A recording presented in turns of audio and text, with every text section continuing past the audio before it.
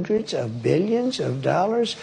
And, you know, they may make a deal, they may not make a deal, they may be Russian someday, or they may not be Russian someday, but we're going to have all this money in there. And I say, I want it back. And I told them that I want the equivalent, like $500 billion worth of rare earth. And they've essentially agreed to do that. So at least we don't feel stupid. Otherwise, we're stupid. I said to them, we have to get something. We can't continue to pay this money.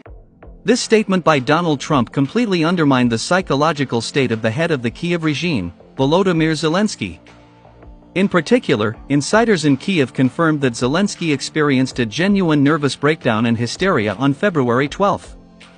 It is reported that he calmed down only after French President Emmanuel Macron and British Prime Minister Keir Starmer called him. It is reported that they promised Zelensky not to abandon him and continue to fight not only against Putin, but also Trump. Moreover, the next day, French President Emmanuel Macron officially declared that Donald Trump's contacts with Vladimir Putin are a real betrayal on the part of the United States, and that in this regard, Europe should take its future and the future of Ukraine into its own hands.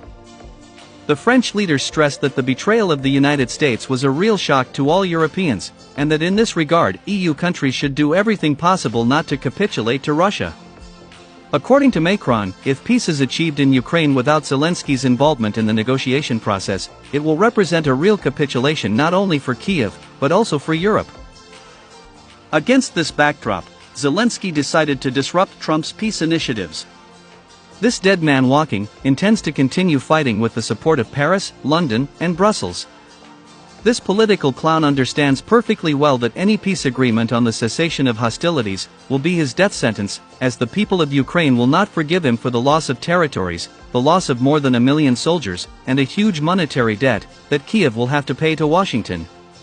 However, the continuation of hostilities may end with the complete disappearance of Ukraine, since in this case, the Russian army will have to reach the western borders of this Eastern European country. Nevertheless, Zelensky doesn't seem to care about this. The main thing for him now is to save his own worthless life.